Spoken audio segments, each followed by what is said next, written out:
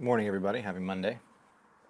To be honest with you, I was not gonna do this morning because I had a bunch. This is one of those days you wake up as an entrepreneur and it seems like the world is caving in. A lot of stuff goes really, really well for a couple of weeks, and then it seems like it all kind of comes together. And I think this one, I think definitely is. I mean, it's still my fault, obviously, but I think a lot of what happened that's got me stressed right now is a little bit outside my control. And so this morning I am really trying as hard as I can to find positive and really one of the things they never talk about when they're preaching be an entrepreneur and follow your passion and live your dreams and all this stuff is the price that you pay. And it's not. I think net, it's not really a negative. It's not really a price you pay. It's just part of what being an entrepreneur is. But we don't. I don't think we talk enough about how difficult it can be on mornings like today, when make sure this thing is tracking. Yeah, that's what I figured. It's not. On mornings like today, when you wake up and it seems like everything is caving in, and I've spent the last 2 hours trying to quiet my mind and calm myself down and figure out a way to navigate through today, because today is like the weird thing about it is that today, the worst thing that can happen today is a couple of people might be a little bit upset, and I might incur some late fees, which I'm used to. But there's this overwhelming stress, and I think part of it comes from my own inability to put what's happening into perspective. Like, so last night, so this is what happened essentially. So I've had a lot of growth for the freelancing stuff that I'm doing, the business consulting, over the last couple of weeks, over the last month really, and it's been amazing, and it's really helped to bolster my spirits and give me a positive outlook on things. But this last night, at about 12:30 in the morning, I was checking on something because I needed to stay up because I had a deposit that was supposed to get put into the business account, because I have some payments for some late fees because of what happened with the client that didn't pay. Anyway, if you haven't listened to the podcast, it explains all of the backstory of why I'm in financial issues. But I felt really good because I'd scheduled some payments to come out to start paying down some of my debts. I have a bunch of things about some back taxes that I owe that were going to get taken care of today, and was going to put me on a path that was going to set me up for success. I had a bunch of things that were set to go, and it was all dependent on that Stripe deposit, which is like close to $5,000. So I have it's like a lot of money to put towards a lot of different things. And checked last night, and again, the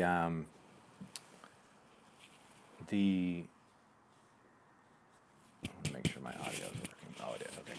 Sorry, I just get paranoid about these things. I didn't want to get halfway into this thing and have the audio not be working.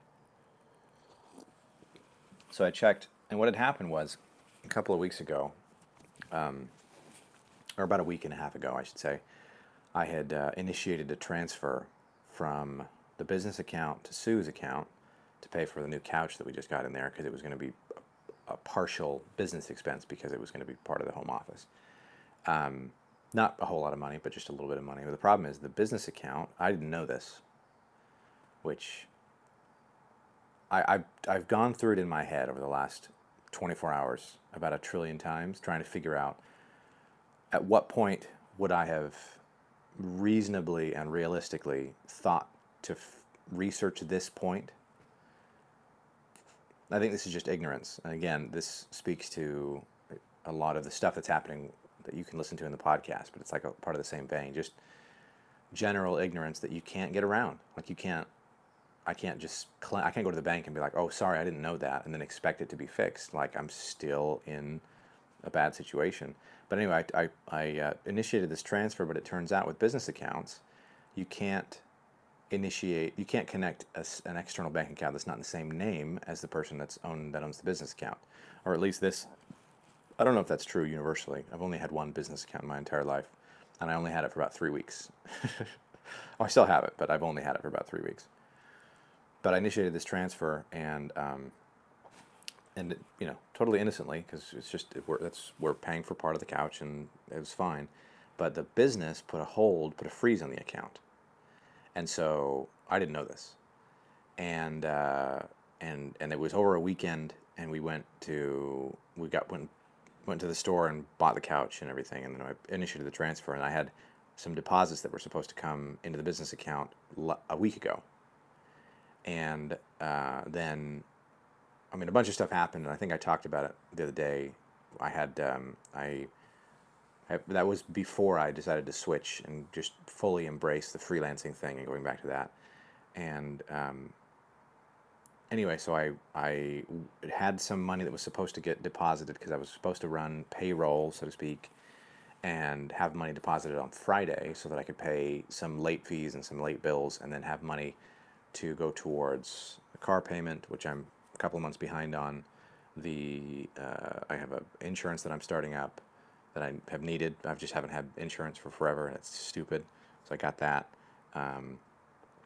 Down payment on some back taxes stuff that I owe. This is going to put me in a good position to be able to pay it over time, and just a bunch of stuff that was kind of all riding on today, getting that money. And when I checked last night, and it said, it was interesting because when I checked last night and it said it couldn't go through, we're going to have to reinitiate the deposit and it's not going to get in there till Wednesday, I wasn't as stressed as I was this morning when I woke up. I was like, oh, that's going to be a problem.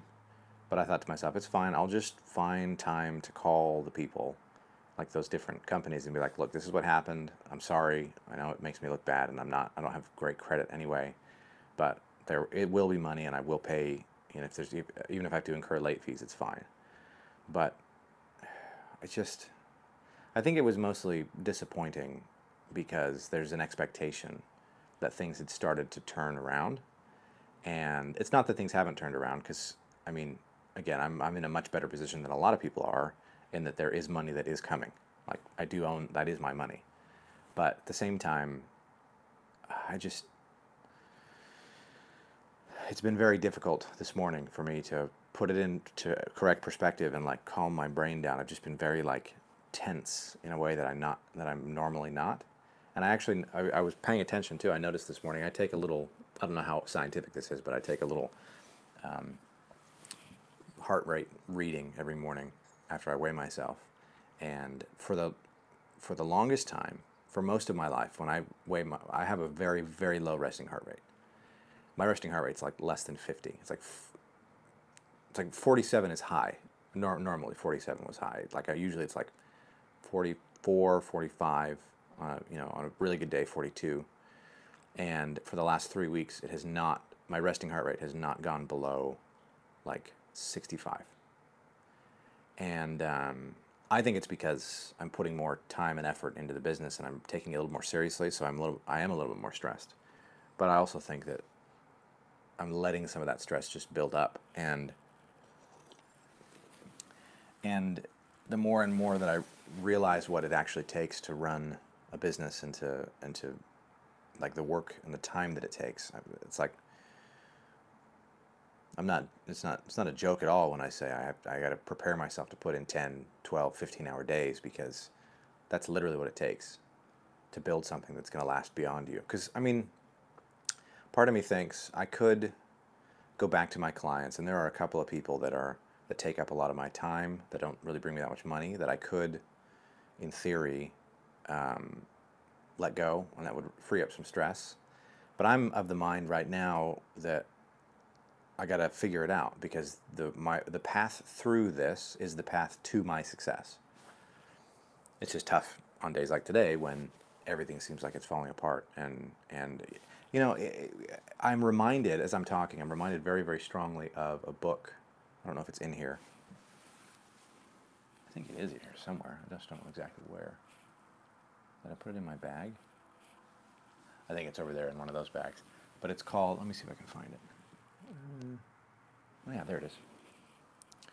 The audio is going to pop for a second. I'm going to go get the book so I can show it to you. We'll do a little book report.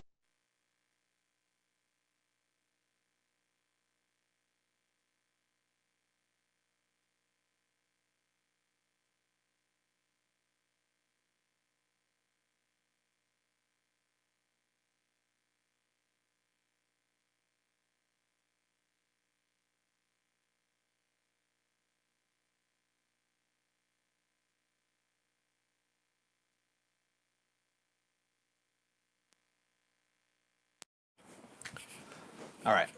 Just kidding. Sorry. It was the book that I saw was his other book. But it's called Anti-Fragile by a guy named Nassim Taleb. It's a great book, and it's very dense. It's hard to get through. I've only gotten through maybe a tenth of it. But what I've read so far, I love the theory of anti-fragile. His whole thing is that we try and build systems and processes and you know and businesses and architecture and things that are strong, because we think that the opposite of fragile is strong. But he points out that actually the opposite of fragile is what he calls anti-fragile, which he defines as getting better under stress. So the example that he uses is, and I've talked about this on the podcast, and I've talked about this in a couple of places, but I really, really like this book. And again, I'm only a quarter of the way through it, so I might be misquoting his entire thesis, but from what I've read so far, this is what I think. If you look at like a bone in an infant bone, or that's pretty gruesome, like a twig, for example. Twig's very easy to break, so you could call it fragile, or like a glass cup of a decanter or something. Easy to break, right? You might think that the opposite of that would be something that's very strong, like a log or something that doesn't break. But you find that after a certain amount of stress, everything breaks, right? So just because you, like rigidity, like if you take a tiny little twig, like those the paint stirrers, you know what I'm talking about, from Home Depot? Paint stir, snap that, easy. Take a 2x4, you're not going to be able to snap it, but given the proper proportional force, like something bigger than you that applies the same amount of proportional force based on how big the 2x4 is, it's going to snap just the same. So creating rigidity and creating strength, so to speak, doesn't actually save you when the stress comes, because it's just maybe you're able to withstand a certain amount of stress, but there is a point where you break. And break, no pun intended, right? Break metaphorically speaking, personally, but the thing actually breaks. But he talks about being anti-fragile in the sense that you not only can survive under stress, but that stress makes you stronger. Stress actually makes you better. So you're no longer trying to avoid stress, because stress is actually the thing that makes you better at what you're at the thing that you do, right? So whatever your task is, whatever you're supposed to be doing, if you're under stress, you're going to do it better. And I think that keeps coming up, I think, today specifically, because it speaks to me. And in fact, it's funny too, because yesterday I spent a lot of time, I've been putting together a content calendar for my personal brand. I'm going to try and experiment for the month of November. I'm going to spend the next couple of weeks putting together just a mass of content that I can deploy on social media for all of November. And I want, and one of the clips I was working on last night was me talking about how you train when you're fighting. You train so that when you're in the fight, you naturally act the way that you should. So you can't really think, you can't really expect, until you're at the very, very highest levels, but especially when you're getting started, you can't really expect to just show up to the fight and do well, because your body and your mind are not conditioned to react to your opponent the way that they should, right? If you just, like, if I was to go fight right now, I'm almost 8 months out of really hard training. And I spar every weekend, and like I'm not out of the game completely, but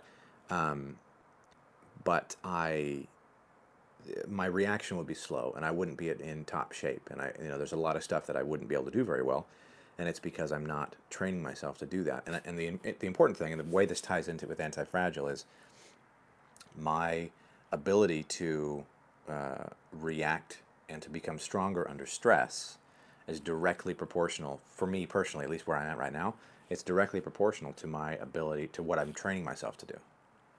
So the last like 3 weeks, I have been sort of celebrating the fact that I've sold some stuff, I've made some money, which is fine, and I don't think there's anything wrong with that, but it seems to me that maybe what I should have been doing was preparing for today, right? Like, I think maybe what I said at the beginning about there isn't really a way that I could have foreseen or known to go and research that there was an issue with the bank putting somebody else's name on it. I think what I should have done is exhausted the time that I spent, and I've done a much better job the last couple of weeks of not watching too much TV or really engaging too much on social media and wasting time that way. But I have spent, I don't know, 2-3 hours over the last week doing that kind of stuff. And I feel like if I had been, this is a very interesting little realization, because I wasn't thinking about this before, but I think maybe if I had spent the time that I spent on those things figuring out what I really needed to be doing, and realizing that that a day like today was going to come. Like, this shouldn't be a surprise to me. I think maybe the reason why it hit me so hard is because I sort of thought that the tide was turning in the other direction, but maybe the lesson is that the tide doesn't turn in any direction. The tide just goes where the tide goes, and you have to be prepared for whichever way the tide wants to go. And I think that if I had spent, like, instead of just being excited and accepting what the systems were saying, if I had gone a couple of extra miles, maybe 2 or 3 or 4 extra miles, and really researching and figuring out exactly when everything was going to be deposited, if the account numbers were right, like it actually, because the count hold, the freeze happened last week, and in fact today this is what's going to happen. After I finish this, I'm going to go and look up Stripe, and I'm going to try and transition so that I'm not trying to transfer into the business account, just transfer into my personal account, because I did actually already try and reinitiate the transfers, and it was supposed to get deposited this morning, but then I got the notification last night that they couldn't do it. So there might be an issue with ASLO, with my business account, where the hold is still on, or it's still frozen, or it still looks like it's frozen, and so I might get to Wednesday and be in the same situation, right? So I might strike 3 and you're out kind of situation. So I got to go check that out. But I think maybe that's an important lesson. That's definitely an important lesson for me, is to not. I have a tendency to count my eggs before they hatch, and even when on the tail end of me talking about, like, there's layers to it, I think. So, like, in general, counting my eggs before they hatch, in the sense of, I'm in this financial situation I'm in right now because I counted a particular client's revenue as something that was going to be put towards the next month, which means I spent too much money the month before in anticipation of getting that money to cover it. So that's the first layer, just like general counting my eggs before they hatch, but then continuing to do so, where, like, now I'm in a position where I've counted on the money when I didn't really do the research to make sure that the money was going to get deposited. And maybe you have to, I think this happens a lot with me, I have to be confronted with real problems before I'll do the real research. And maybe what I need to do is spend a little bit more time, figuring some of those things out. Because if I really wanted it to get deposited on time, like really did, I would probably spend more time on that. So anyway, it's kind of a balance, because those are things that I wouldn't naturally go and do. But I think maybe part of me learning and growing is realizing that even though there are things that I'm not good at that I wish that I could offload, I'm not in a position where I can offload anything right now. And so at some point in the next 2 months, there will be somebody in position to handle all these issues and make sure that I have money in my personal account every month, twice a month at this, on these, in these areas. But like, because I have made decisions that have put me in a position where I can't bring somebody in and pay them to take this part of what I'm doing off my plate, I have to do it myself, which means if I have to stay up later, if I have to not do the fun stuff, like I'm really enjoying putting together this content for November, but if I have to put that off to make sure that money is coming in, like some of that stuff I got to go do because, I have quite a bit that I need to have put together before the 1st of November. So anyway, I think today went a little bit long. Oh, not too bad. 20 minutes, that's about right. I will be honest with you, I legitimately thought I was going to be crying this morning. Like, I earlier when I was making this coffee, I was like shaking. I was on the verge of tears.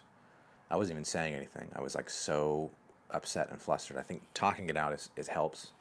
But I think, not to get too preachy, but I think if you're in the position that I'm in, where you run a business or you're freelancing, these are the days you got to prepare for. When I talk about training and preparing for when things go wrong, these are the days that you're preparing for. These are the days that I need to be preparing for better. And that's like lesson number one. And it all comes together perfectly. Timing is perfect because literally last night, I was going through my own content, stuff that I was saying. I had said on a podcast, you have to prepare for the crisis mode. Because when that first bell rings, when you wake up and the money's not in the account, it's got to be natural. Because you're like, this morning, there's no way that I could have come up with any type of creative solution to any of this problem. But in the couple of minutes that I've been sort of talking it out and I've allowed my brain to kind of calm, I feel much better right now. Allowed my brain to sort of calm down, realized there's a couple of things that I need to do immediately to make sure that this isn't going to be an ongoing issue and a bigger problem. So take from that what you will, but I think the biggest thing is you have to prepare for days like this, because this is going to happen, and it's going to happen way more often than I think I ever expected to, because I've had these days a lot, and you can't just sort of push them off and take the day off when you feel like this, because then you don't grow. So prepare for days like this. Hopefully they don't happen all the time, but prepare for them. Anyway, happy Monday. Enjoy your day. Peace.